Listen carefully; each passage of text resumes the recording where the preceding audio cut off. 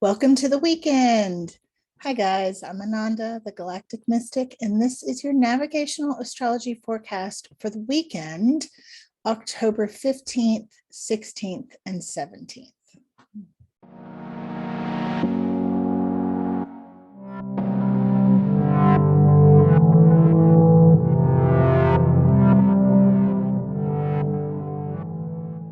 We have quite a weekend of healing ahead of us.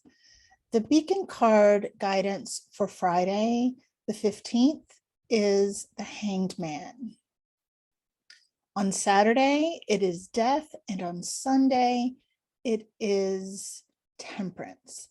So we're being guided through the process of surrender, release, and then coming back into wholeness and peace and growing into any spaces that have been left empty by the old exiting our life, or things that we are releasing that no longer serve us. So on Friday, with the Hanged Man, this is quite perfect because we have a void moon for almost the entire day. Eastern time, it will be void from around 8:30 in the morning until around 10:30 at night, when the moon will move into Pisces. So during a void moon, there is kind of a sensation of being suspended in time. This is not a great day to do a bunch of serious hardcore stuff. It is a good day to work on things you've already begun because you may have less interruptions, but it's best to not complete anything important. It's best to leave some time, maybe on Saturday or Sunday, to look over your work if there's something important you have to turn in, or if you have a deadline, etc. There's always that mental adjustment because we don't always have control over when things happen in our life. So if something happens where you are not able to put off a decision or put off a major event in your life, just do the mental adjustment that you may have to redo, rework something about it. Or it may not turn out the way you thought, but usually it's for our benefit. So don't stress about it. Just know that everyone may be feeling a little out of, a little spacey. We kind of have this feeling of being not able to move forward, just like the Hanged Man, who is suspended in time and must surrender so that the universe can, arrange things for the next step. And that's where we are. The moon is actually going to be quite busy on Friday. Of course, the sun is still in Libra on Friday at 22 degrees, conjunct Mars by 2 degrees. That's still the situation and will be well into next week. They'll be slowly widening that conjunction between them, but we're still in this for a hot minute. The moon in Aquarius will be conjunct Jupiter in Aquarius. So while the moon is conjunct Jupiter in Aquarius, she will be trining Mars and trining the sun. And this is a lot of lunar energy for sure. With the moon making all of these contacts, we're going to have a lot of emotional activity and a lot of emotional space. We will be feeling particularly generous emotionally.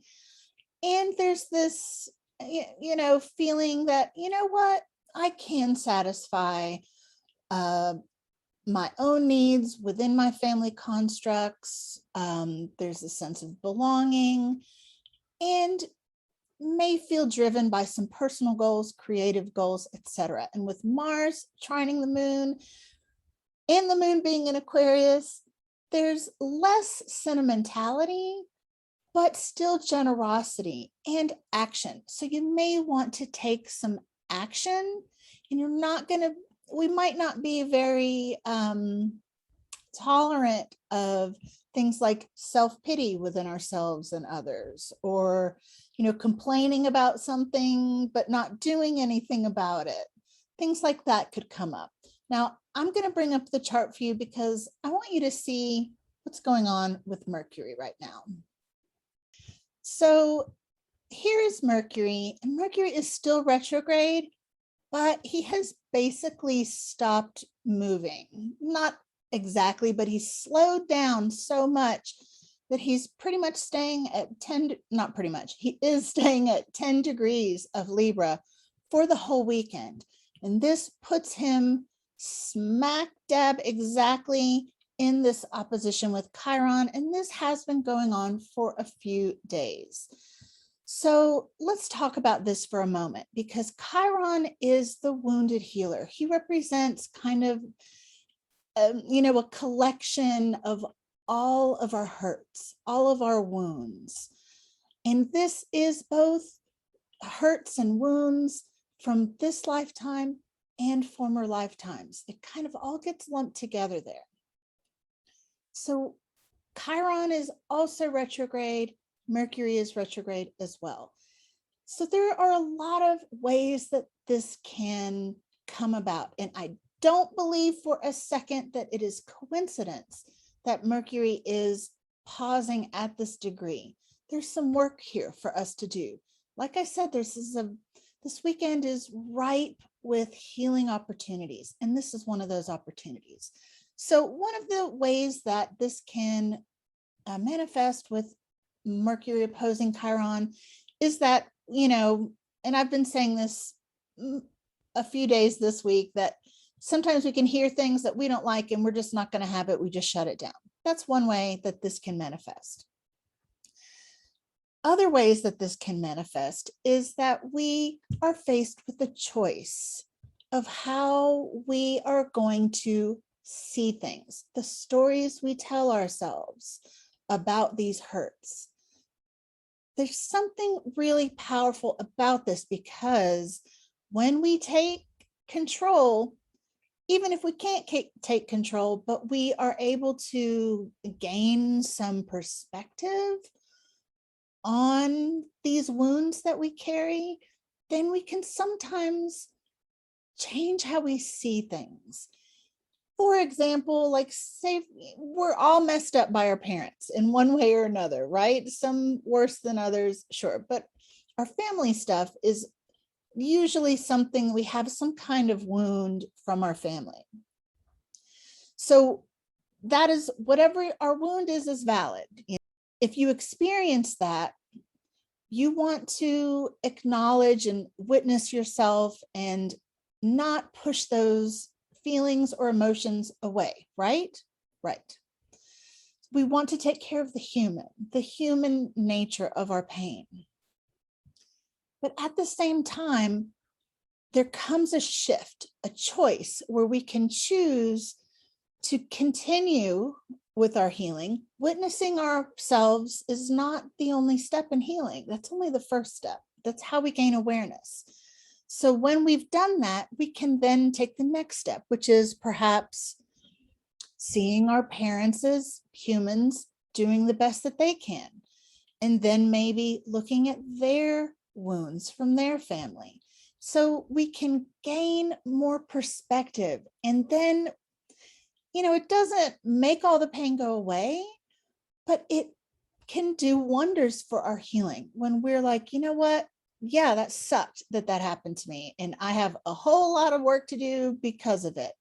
But you know what? My mom did better than her mom did. And I can see that my mom did the best she could. So we're not negating anyone's experience, especially our own. And we're also not blaming. People are responsible for what they do, yes. But if we stay in that mentality, we're not going to get anywhere. We're just going to spin in that blame game. And we don't want to do that. We're talking about the leading edge of consciousness here. We want to heal ourselves consciously. And that's the gift of Chiron. So with Mercury here, Mercury in Libra, which is finding that equilibrium, that justice, that karmic justice, which we don't always realize how much of that power is in our hands. All this Libra energy, the Libra new moon we just had, no more victim stuff. We cannot spin in that victim stuff. We just can't. We can't.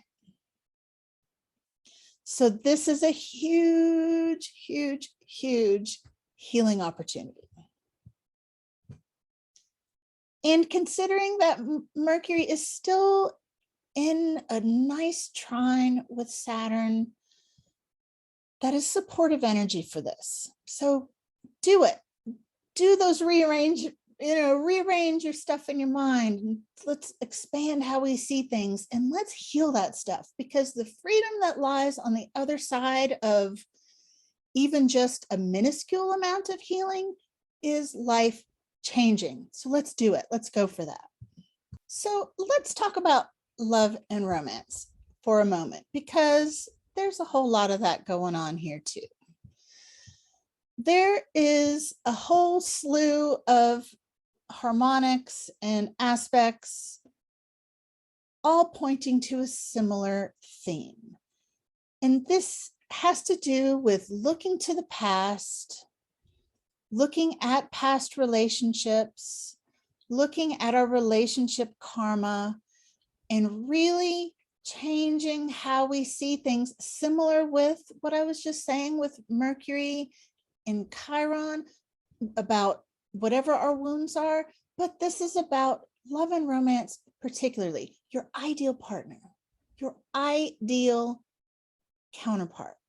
It is possible that someone could suddenly come into your life if you are single and looking, or unattached. And this person could remind you of a lot of the perfect qualities that you saw in someone from your past that you thought was your perfect mate. Okay.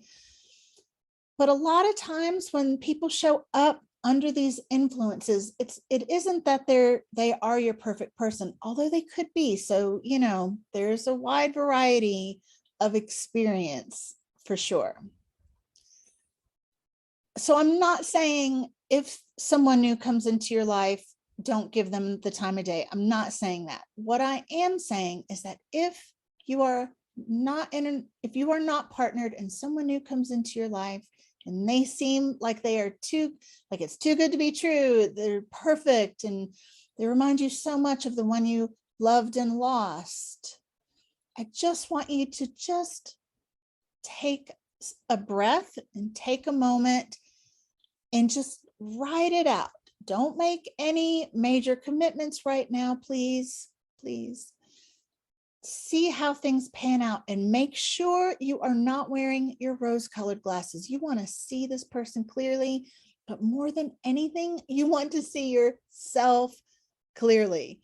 You want to see yourself clearly, because shifts in you are the biggest indicator that finding a really healthy relationship is possible. But seriously, in our consciousness, we could really be super, super, super aware of old lovers from the past, lovers who we thought were the perfect one. And, we're like projecting those qualities onto someone else, perhaps. And so we could be feeling frustrations in, not being able to get to the bottom of these relationship issues. You can feel the energy swirling, but you can't quite get to the bottom of it right now. We want to dive deep, but the information is slippery or it's elusive. With this contact with Venus and Pluto, there's a truth waiting to be unveiled by you. So just know that, particularly with all this action going on with the South Node, there is a karmic truth available to you that could be a major game changer. May not be comfortable, but I'm telling you, if you can get to the bottom of this, whether it's something within you, how we block ourselves, the things we don't want to see, don't be afraid of those things. Get that muck out of your eyes. Let's see it. Let's see it so we can really move forward with new clarity, new fortitude, and like able to get what we want. Being able to get what we want in love is one of the things that so many people spend their whole lives searching for. Yet so few do the work of looking within and seeing how we stop ourselves, block ourselves, delude ourselves. Enough of the blame game. Again, no more victim stuff. You have to empower yourself with this truth that is available to you now. So along that same vein, another major transit that is going to be heating up this weekend is Pluto squaring the Sun and then squaring Mars. We will probably be feeling this by Sunday. So in perfect orchestration, this square that Pluto will be making with, the Sun and Mars, it's going to be very difficult to ignore for a lot of us, if not all of us, to some degree, because these are hard-hitting aspects. This is a hard hitter. This is big time, okay? So there's a challenge and a motivation to look at what we don't want to see. Where are we substituting intensity or for passion? Are we confused about what intensity and passion are? Most of us are, particularly when it comes to love and our relationships and our patterns in love and relationships. They're not the same thing. What are we afraid to look at about our relationships with others, about our health, about our job, about our children, about our country, about our world? There will be situations that will come up where we will have to face this. We will have to look at what we have been doing to cover these things up. And it could be a real shock, both in, our individual lives. If there's something that needs to come to the light of day, honey, it is clawing at the door right now. It wants you to give it the time of day. You have to see it. But once we see it, there's a new sense of freedom on the other end. And there always is with this healing. When we show Pluto that we are not afraid to see what he wants to show us, I'm telling you, you would not believe what it feels like to be free of those illusions, of those hidden hellish lies that we accept. We all do it to some degree, all of us. It's just human nature. And we have opportunity after opportunity after opportunity. There's no such thing as a missed boat. We will always have another opportunity to heal deeper. Healing is a spiral. A lot of times when we're in all these retrogrades, particularly Mercury retrograde, we can have things that we come up that we thought we had gotten over. And it can be a real hit to like our feelings of accomplishment. Be like, damn it, I thought I was over that. Why do I feel this now? I thought I was over that. So if that comes up for you, just know that healing is a spiral. It is not a straight line. We allow ourselves to heal as much as we can on the level we're at. And then we often get a little bit of a break. Then we go a little deeper, and then we realize, oh my God, there's more to this. There's more. I didn't want there to be more. And I know, but be kind to yourself is basically what I'm saying. Healing is a journey. It's a process. It's never done. We just go deeper and become more badass because we do it. So don't be afraid. So I hope you have a great weekend. I'll see you on Monday for the Monday forecast, and on actually Sunday for the Sunday video if you stop by for that. Much love. Thank you for liking and subscribing, for hanging out with me every day. It means the world. So go forth, shine brightly.